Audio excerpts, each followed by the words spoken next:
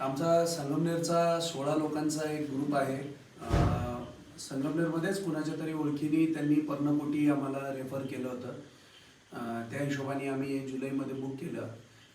बऱ्याच वेळा असं होतं की शक्यतो आम्ही बुक करताना ऑनलाईनचाच प्रेफरन्स देतो की काही जर प्रॉब्लेम आला तर त्या प्लॅटफॉर्मवर कंप्लेंट करता येते.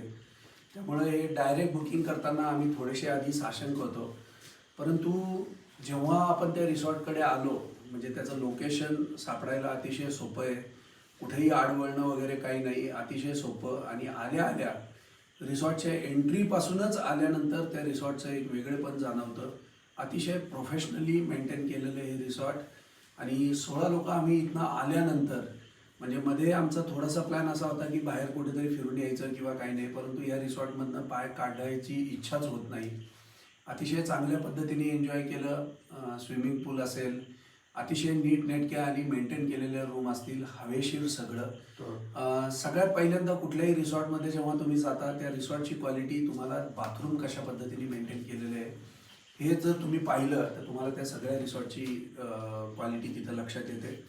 सकाळी उठल्यानंतर ते रात्री झोपेपर्यंत जर पाहिलं तर सर्व्हिसच्या सगळ्या ज्या काही त्यांच्या टीम असतील, मेंटेनन्सच्या टीम असतील, प्रत्येकजण आपापल्या ॲक्टिव्हिटी, कुठेही आम्हाला कुठल्या गोष्टी सांगायला लागल्या नाहीत की रूममध्ये हे द्या, हे कमी आहे, ते कमी आहे किंवा काहीच नाही.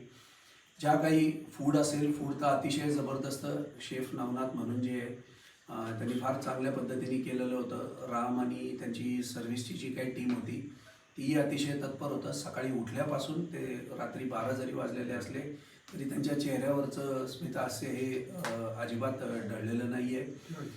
मॅनेजर जे किरण आहेत, त्या किरण सुरुवातीपासूनच, त्या बुकिंगपासून कुठेही तो ब्युरोक्रसी किंवा असं काहीतरी एक आहे, हे नका करू, ते नका करू, असं काही नाही. अतिशय चांगल्या पद्धतीने ट्रिप पाडली. आणि आमच्या लोकांच्या ग्रुपचा एक नियम आहे की दरवर्षी आपण आपला व्हेन्यू बदलत जावा. परंतु पर्णकुटीला आल्यानंतर बाकी सगळ्यांना तर आम्ही रेफरन्सेस नक्कीच देऊ, पण आमच्या ट्रिपकरता हा व्हेन्यू मात्र फिक्स आहे. स्विमिंग पूलच्या व्यतिरिक्त टर्फ असेल, टेबल टेनिस असतील, जॅकुझी आणि जिम, या सगळ्या बाकीच्या ज्या काही फॅसिलिटीज आहेत, त्यांची मेडिटेशनची रूम आहे, होम थिएटरमध्ये टेक्निकल काही अडचणी होत्या, परंतु त्यांनी ताबडतोब तत्परतेने दुसऱ्या दिवशी लगेच एका ऑनलाईन स्मार्ट टी व्हीची त्यांनी तिथं आयोजन लगेच केलं. आणि कुठेही त्या ट्रिपच्या आपण म्हणतोय कुठेही काही खंडकुटे पडला नाही. तर पर्णकुटी आणि त्यांच्या संपूर्ण टीमचं, आमच्या BTR असं आमच्या ग्रुपचं नाव आहे, सगळ्यांतर्फे मनपूर्वक धन्यवाद.